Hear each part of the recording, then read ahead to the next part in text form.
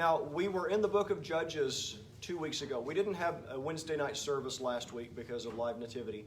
But before that, we were in the book of Judges. We have not finished the book of Judges. But these stories from some of the other books overlap the period of the book of Judges. And I've tried to be real upfront with you about these, some of the chronology here is just a guess. It's just my best guess. Could Ruth have happened 100 years earlier? Possibly. Could Ruth have happened 100 years later than I've put it? Possibly. But this is my best guess of where the story fits in, because it's not in the book of Judges. We have no real sense of chronology. We have to look at little clues, but this is my best guess, is that it would come somewhere between the time of Gideon and Samuel, possibly. And so we're going to look tonight at the story of Ruth and Naomi, and that's going to be starting in Ruth chapter 1. And again, if you've not been with us for much of this study, we don't hit verse by verse. There's just not time to. We're going story by story and hitting the highlights. And so, a few years after Gideon, who we studied about last week, there was a famine in the nation of Israel. And there was an Israelite couple from Bethlehem. Their names were Elimelech and Naomi. And they left Israel and went to Moab. Now, what do we know about Moab from our studies? Good people to hang out with or not? No. The Moabites were bad. Good way to say it. They were one of the pagan neighbors of the Israelites. They did not get along with the Israelites. There was some long-standing hostility between the Israelites and the Moabites, and God had warned them not to get too close to the Moabites, not because they were. We read some of this stuff from the Old Testament where God says, stay away from these other tribes, and people can misinterpret that to say, well, the Bible supports racism or ethnic whatever. It had nothing to do with their ethnicity that God would say, oh, these are beneath you. It was because of their religion. God knew that the Moabites would infect the Israelites with their pagan gods and their pagan philosophies, and they always did. It was almost never the other way around. And so Naomi and Elimelech went to live among the Moabites. They took their sons, Mahlon and Chilion. I know some of the names I suggested for children Charla laughed at. There was nothing as weird as some of these. Mahlon and Chilion. And they married 2 Moabite women. This was exactly what God had warned them about, not to marry the pagan women around them. Don't do it. Somebody I was talking with at the live nativity, I can't remember, but we were talking about, I said one of my favorite lines from any movie is from My Big Fat Greek Wedding, where she says, the man may be the head, but the woman is the neck, and she can turn him any which way she wants to. And there's a lot of truth to that. Guys, if you're smart, there's a lot of truth to that. And so God warned against marrying the pagan women because they were going to be able to turn their husbands the wrong direction if they wanted to. In this case, that seems to be the rare exception. These 2 Moabite women were Ruth and Orpah.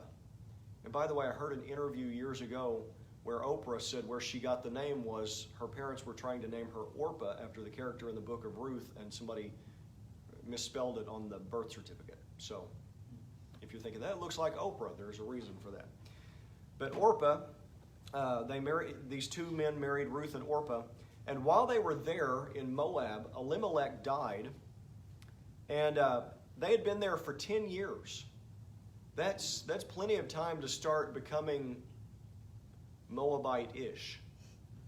They'd been there for 10 years, and then Mahlon and Chilion died also. Now, this put all 3 women in a bad situation. There was no emancipation of women back in that time.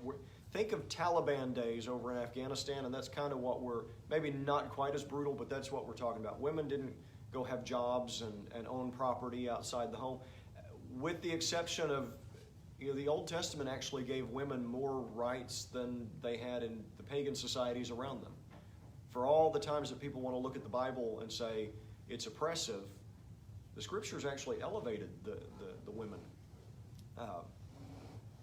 But they were in a dire situation because they had no husbands, no brothers-in-law, no fathers-in-law, no men left in the family to support them. And so Naomi realized that her only hope was to go back to her family in Israel. I'm assuming by now the famine was over in Israel, and that tells me that they just got a little too comfortable in Moab and wanted to stay until they couldn't stay anymore. So Naomi got ready to go home. She'd heard the famine was over, and she encouraged her daughters-in-law to go back to their families. You know, if you're going to have a shot at surviving, you've got to go back to the families you were born into. And Orpah returned. She did as Naomi told her to. But Ruth begged to stay with Naomi. This Moabite woman said, and if we look at verses 16 and 17 here in Ruth chapter 1, this is what Ruth said to Naomi. Entreat me not to leave you. Do not beg me to leave you, or to turn back from following after you. For wherever you go, I will go, and wherever you lodge, I will lodge. Your people shall be my people, and your God my God. Where you die, I will die, and there will I be buried. The Lord do so to me, and more also, if anything but death parts you and me. This is a pretty strong commitment. This is not her daughter. This is her daughter-in-law saying this to her. And saying, don't beg me to leave you. Don't send me away. Don't send me back to my people. I'm going with you. And your people, I'm going to be one of your people, and I'm going to be a worshiper of your God. I'm going with you. And I've heard this passage read and talked about a lot at weddings. But this wasn't a wife to her husband or a husband to his wife. This was a woman to her mother-in-law. I love my mother-in-law. I have a very close relationship with my mother-in-law, but if I said something like this to her, she'd look at me and say, you're just weird. So, many of you know my mother-in-law and can probably hear her saying that, but she has said things like that to me in the past. But she'd think I was joking and say, go away. She was determined. She was making a big commitment here. When she says at the end, the Lord do so to me and more also, if anything but death parts you and me. She's talking about being dead and buried. She said, if anything, let me die anyway. She's basically, not in a magic sort of way, but putting a curse on herself and saying, if I allow anything to come between us, may I just die and be buried anyway, if anything but death separates us. And so Naomi realized she couldn't talk Ruth out of this, and so they returned to Bethlehem together. And they got there just in time for the harvest, just in time for the barley to be harvested. And Ruth, though, realized Naomi's up there in years, and so if anybody's going to support the family while they get settled, it's going to fall to Naomi. Naomi found herself, it's going to fall to Ruth. I get them confused all the time. I know which is which, but the names are interchangeable in my mind. Naomi is the mother-in-law. If anybody was going to support the family, it was going to fall to Ruth, the younger woman. And so Ruth has to go out into what is basically a man's world doing farm work. And she's putting herself out there at the mercy of whoever she finds. And she goes out into the fields, and she ends up gleaning grain in a field that belonged to Boaz. Now, Boaz was a good man. He had a sterling character. He was a kind man. He also happened to be a distant relative of Naomi's family. When it talks about her gleaning, I read up on this a little more to make sure I understood it. When somebody would work in their farm or hire workers in their farm in Israel, they were sent to go, they'd take their farm implements, their sickle or whatever, they'd cut the grain, they'd keep going down the row, they'd harvest the grapes, they'd harvest the olives. The Old Testament law did not allow them to make a second pass over their crops. They were required just to take what they got on the first pass, and anything they missed on that first pass, they let it go. Also, leave some growing around the edges that you don't harvest. And the reason for that was God's provision for those who had nothing, for the poor, for the starving. They were able then to come and glean. They were able to pick the leftovers of the field. That was God's way of making sure that there was enough for everybody. So when the Bible talks about Ruth going out and gleaning the fields, that doesn't mean that she has started out being hired on as one of Boaz's workers. That means she is out there picking the scraps that are left over of the grain in the field. She's out there scrounging for whatever she can find. So this is not necessarily a long-term solution for how you're going to take care of yourself. Now, Boaz sees her and says, "Hey, who is that?" Finds out who she is, and he allows her to glean in his fields, but he also promised her that she would be under his protection, basically.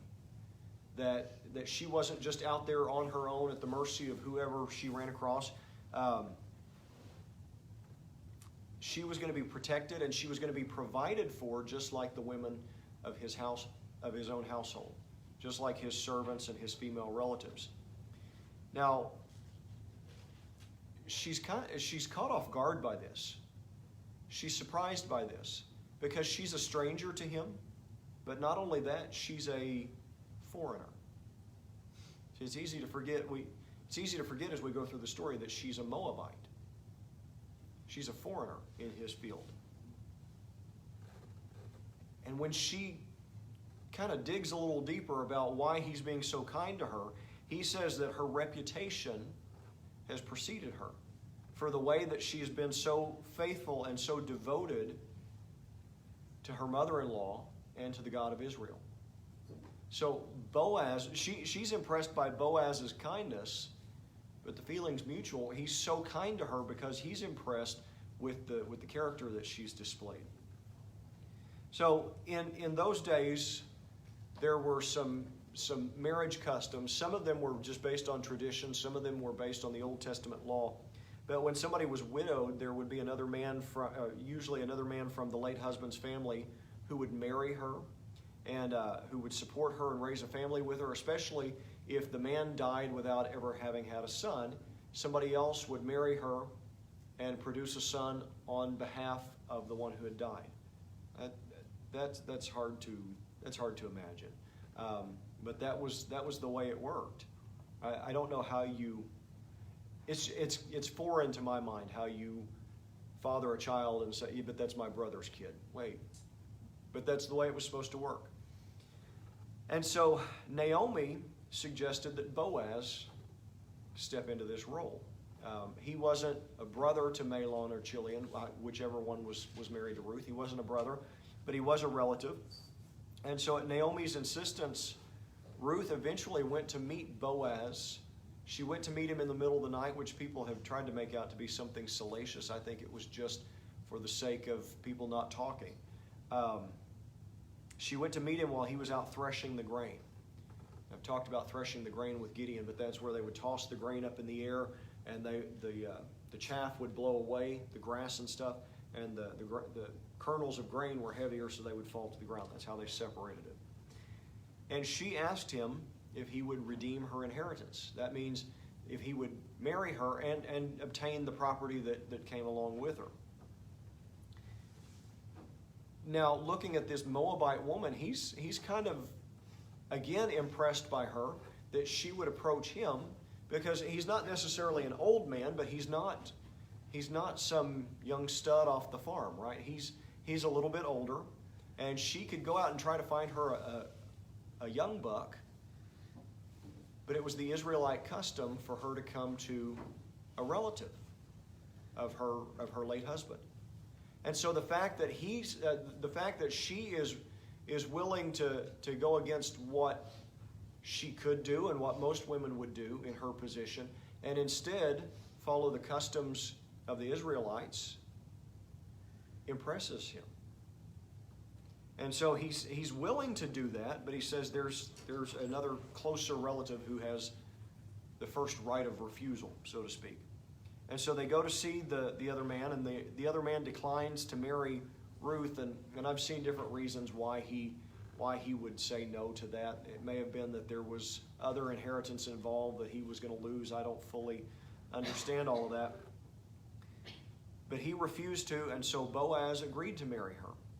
There's this scene in the book of Ruth where he spreads part of his garment over her. I believe the outer part of his garment. That, again, that's nothing inappropriate. I mean, this is a culture where you didn't do inappropriate things like people do today. So there's nothing inappropriate about it. It seems like it was the outer garment and that was a sign of being under his protection, maybe part of the betrothal ceremony. But they ended up married. He married Ruth. They raised a family together. And Ruth 4:14 and 15 says, Then the women said to Naomi, Blessed be the Lord who has not left you this day without a close relative, and may his name be famous in Israel. And may he be to you a restorer of life and a nourisher of your old age, for your daughter-in-law who loves you, who is better to you than 7 sons, has borne him. This is what was said when Ruth had her first child, that the Lord has blessed her. So they're praising God for the way this has turned out, because this is not how circumstances like that normally would turn out. Under ordinary circumstances, Ruth, Naomi, and Orpah would all three have gone their separate ways. And yet, God raised up this Moabite woman to take care of her, and has brought her and Ruth and Boaz and all of them together, and now there's a new baby and life goes on in the family. So they're praising God for the way he's provided, but also wishing good things for the baby. Let him be a restorer of life, a nourisher of your old age. Let him take care of you. And she points out, the women point out to Naomi, your daughter-in-law is better to you than 7 sons. You know, the sons were supposed to be the ones that took care of the mother. And that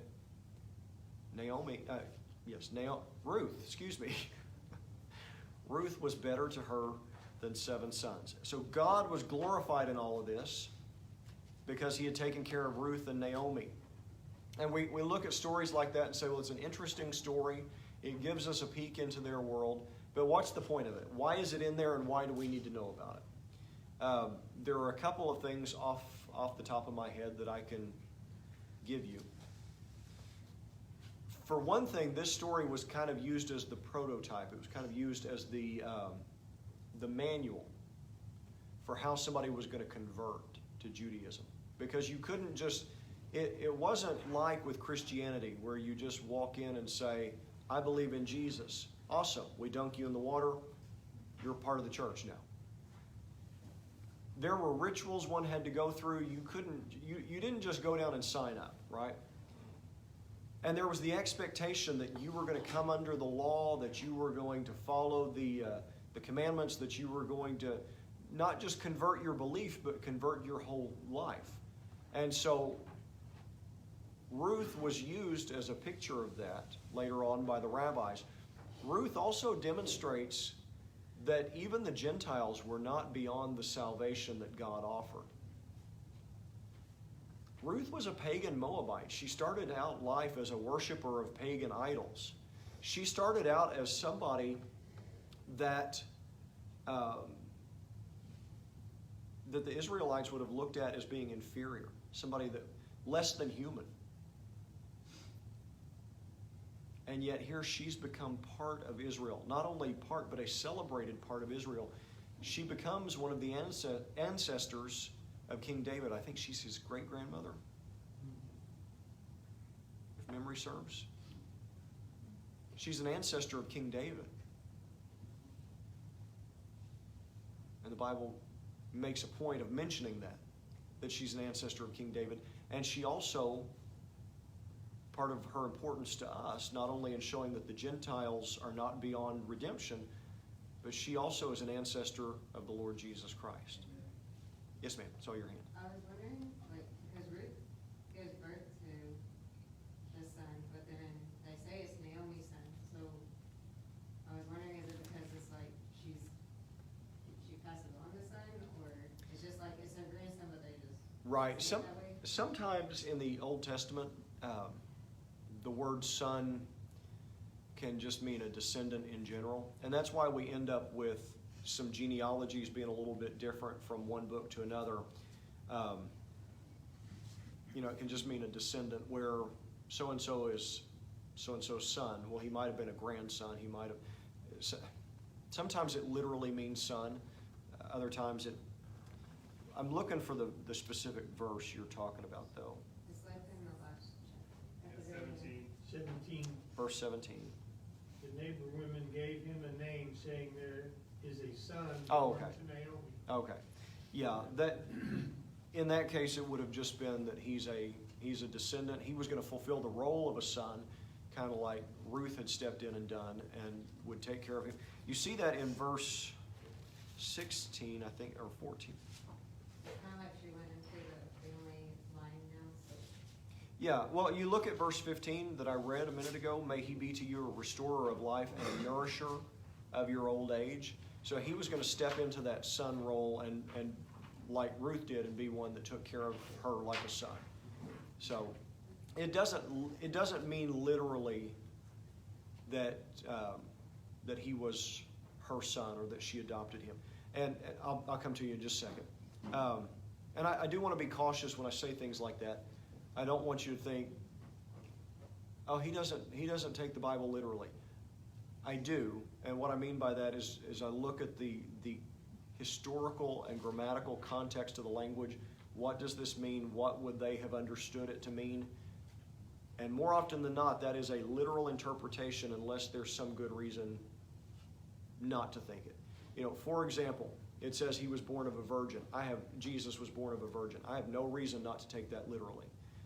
When it says Jesus would have gathered Jerusalem under his wings, Jesus didn't have feathers, so I'm guessing that was a metaphor, right? But unless Scripture itself or just common sense gives us a reason, when I say I want to take things literally, I mean, how would they have understood it? What was God trying to say? So, when I tell you it doesn't necessarily literally mean he was a son. I don't want anybody to think I'm becoming a liberal with the text. Yes, sir.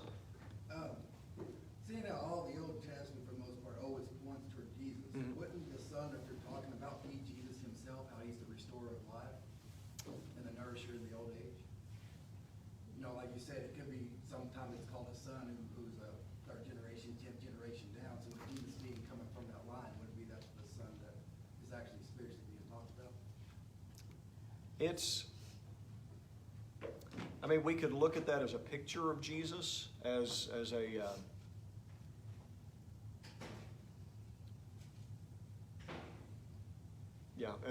picture of Jesus. But as far as specifically referring to Jesus, I wouldn't think so, because it says that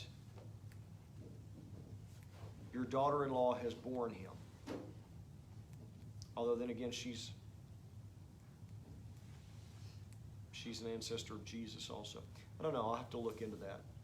But I think the way they would have understood it at that time, there's a lot of things we can look back and see Jesus all over it. But at that time, they would have understood it as Ruth's son. I keep wanting to mix up Naomi and Ruth. Yes, sir. My commentary in my Bible says, Ruth vicariously bore the son that would restore the family name of Naomi's deceased son, Mahlon. Mm-hmm. It was almost like Ruth was a surrogate mother to the family line. Right. And that ties back into what she was asking about verse 17. There's a son born to Naomi. Yes, ma'am. Jared, isn't it kind of odd, what it seems to me, is that buy it back from Naomi, because once her husband died, then the older son would have inherited that property. And that's kind of strange to me, that it's talking about buy it back from Naomi, and then Boaz says, but at the same time, you have to buy it, well, actually redeem it, I think is a better word, but redeem it with Ruth, Naomi and Ruth. Am I missing something there? I don't know, because I'm almost certain I am missing something. I still have not completely nailed down what all of these inheritance rules are, and I have a grasp in principle of what's going on here, but all the details of it, there's a lot I still don't understand. So, and kind of what we're going for. There's nothing wrong with your question, but the only reason I come to you still saying I'm going to teach this, even though there's a lot I still don't understand, is because I'm just trying to give you the 10,000-foot view. So it's a good question, but it's not one I'm sure I can answer right now. And a commentary in my Bible says, where do I see that? Both redeeming Ruth and the land would not have been required by the letter of the Levirate law. Perhaps this exemplified Boaz's desire to obey the spirit of the law, or maybe redemption of land and marriage had been combined by local tradition. I think the way I've had this taught, heard this taught before, was that Boaz wanted to marry Ruth, but he realized there was a rule that had to be followed. And it's kind of like going in and saying, well, my relative, you've got to do this, but making it sound so bad that he didn't want to do it. Possibly.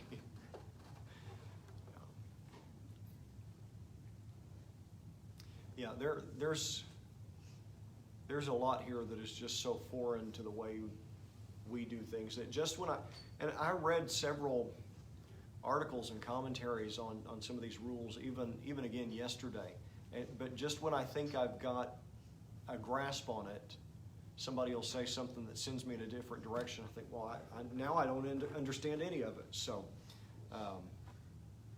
we could go back in time 3,000 years and watch it and see how it worked. It might. Well, put that in Jimmy Ann's book. Put that in Jimmy. She's not here, as a matter of fact. Jimmy Ann, if you're watching at home, put it in your book. How did the inheritance work? Good questions. Good questions. I'll have to do more research into the inheritance. I'll have to do more research into whether that at the end of chapter 4 has anything directly to do with Jesus or not. But I'm always up for where can we look for Jesus in the Old Testament, as you all saw Sunday morning. So. Well, it certainly points to Jesus because they made the statements of being tied to David. Yes. Certainly. Yeah. In the lineage of Christ. Yeah, we're definitely moving in that direction. And I've always thought there was something interesting, too, about some of the women that end up included in the lineage of Jesus. Rahab and Ruth, a prostitute and an idol worshiper. And it's odd that those women are the ones that are mentioned among all these men. Yeah. It throws those two women in there. Right. All right. I didn't think I'd take quite so long with Ruth and Naomi, but let's move on to the birth of Samuel in 1 Samuel chapter 1. I guess in all fairness, I did cover 4 chapters there, or at least gave you the highlights of 4 chapters. So 1 Samuel chapter 1, it starts with a man named Elkanah, who was from the tribe of Ephraim, and he had 2 wives. I don't know why these guys keep thinking that's such a good idea, but they keep trying it, and it just brings nothing but trouble. His 2 wives were Hannah and Peninnah. And Peninnah was able to have children. Hannah was not.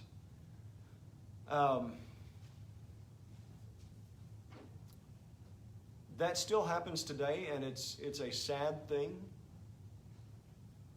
But I don't think we can fully grasp what that meant to a woman in their culture. Because that was the whole of your identity was wrapped up in being able to have children. And not only have children, but have a big, successful family. That was what made you a success in life. And so when somebody like Hannah at that time was not able to have children at all, you just go through life every day with an overwhelming sense of what's wrong with me.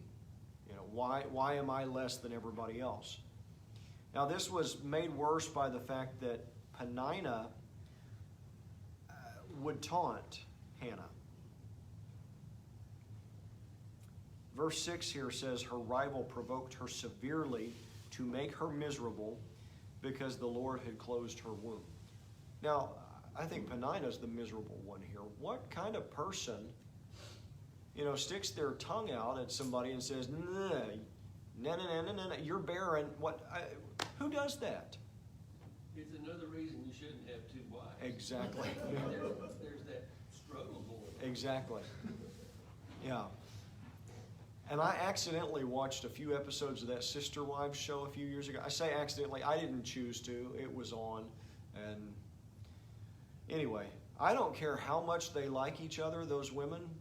There were still jealousies and struggles in that house. If you don't know what show I'm talking about, good for you. All right, keep it that way, because that's hours of your life you won't get back. The same thing was with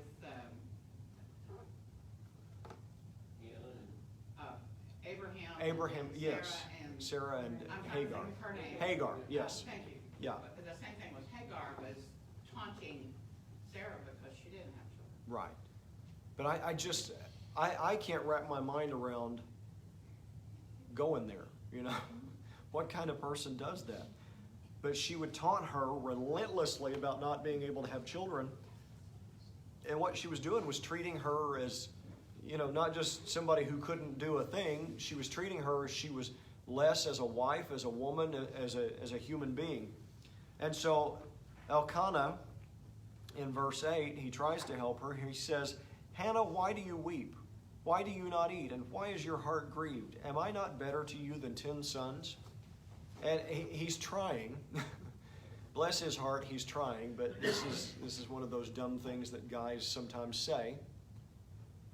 She is devastated. She is brokenhearted. And he says, baby, why are you upset? You got me. That's not helpful. Every year, Hannah would accompany her husband to the tabernacle. They'd go up once a year to offer sacrifices. And the taunting would only get worse and worse. And so Hannah would cry. And one day they were at the tabernacle, and Hannah just couldn't take it anymore. And she cried out to God. She literally cried out to God. She wept and prayed there at the tabernacle. And she prayed that if God would only have mercy on her, if he would only just give her this one request, that she would have a son. She says, I'll give him right back to you. I'll dedicate his entire life back to you. Just let me have a son. In verse 11, it says she prayed, O Lord of hosts, if you will indeed look on the affliction of your maidservant and remember me and not forget your maidservant, but will give your maidservant a male child, then I will give him to the Lord all the days of his life, and no razor shall come upon his head. Now that seems like an odd thing to promise. He'll never cut his hair. But that's tied to the vow of the Nazarites, which were a special group of people who were uniquely dedicated to the Lord. And so what she's saying is, if you will give this child to me once, I will give him back to you every single day. Which is something we tend to have to do. I don't know if you've ever done this, but sometimes I'll give a situation to God and then I take it right back. And so every day I have to give that situation back to God. Every day I have to remind myself that God can take, not to make my children an idol, because God can take better care of them than I can, even with my hands off of the situation. And so where I would stress about those things, every day just give my children back to the Lord. But she was uniquely dedicating her child here.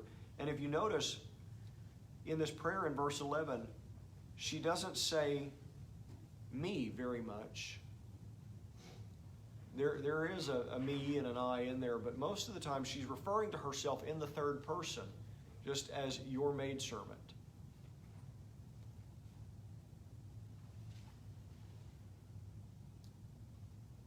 I think she spent a lot of time wrestling with God about her situation before getting to this point of saying it's not about me and what I desire. It's ultimately about what God wants. And I'm not even Hannah at this point. I'm just your servant. Her voice gave out. Have you ever been in one of those situations where you're crying out to God so hard you couldn't even make words? I've been there once or twice.